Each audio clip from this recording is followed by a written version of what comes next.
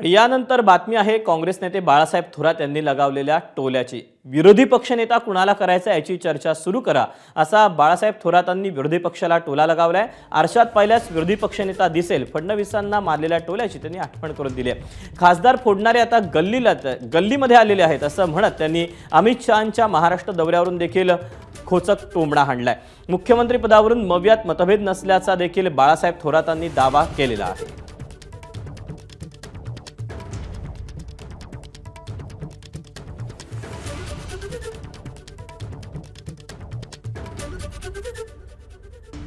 तेव्हा अनेक मुद्द्यांवर बाळासाहेब थोरात यांनी भाष्य केलेलं आहे आणि याच दरम्यान त्यांनी सत्ताधारी अर्थात आपल्या विरोधी पक्षाला देखील टोमणा लगावलेला आहे।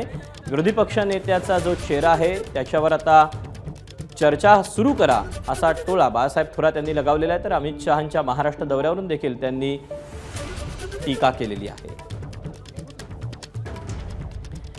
दरम्यान या सगळ्याबाबत काँग्रेसचे नेते बाळासाहेब थोरात नेमकं काय म्हणतात आपण पाहूया।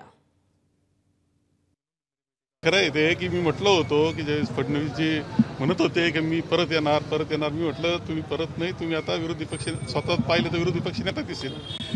आता सुद्धा मी सांगतो की जशी चर्चा महाविकास आघाडीची मुख्यमंत्री पदाची चाललेली आपण पाहत आहोत, याला खरं वातावरण मुख्य आमचं आहे।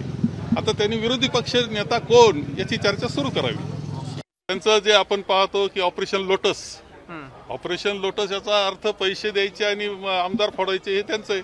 म्हणजे त्यांचा सगळं पैसा पहिला भ्रष्टाचाराच्या माध्यमातून मिळवणं आणि त्यानंतर त्या पैशाचा वापर राजकारणामध्ये सत्ता मिळवणं याकरता करण्याची पद्धती त्यांचा भाग आहे। आता ते आमदारापर्यंत होतं, खाली नेण्याचा प्रयत्न त्यांचा आहे, पण जनता भोळी नाहीये, जनतेला सगळं समजतं। एबीपी माझा, उघडा डोळे बघा नीट।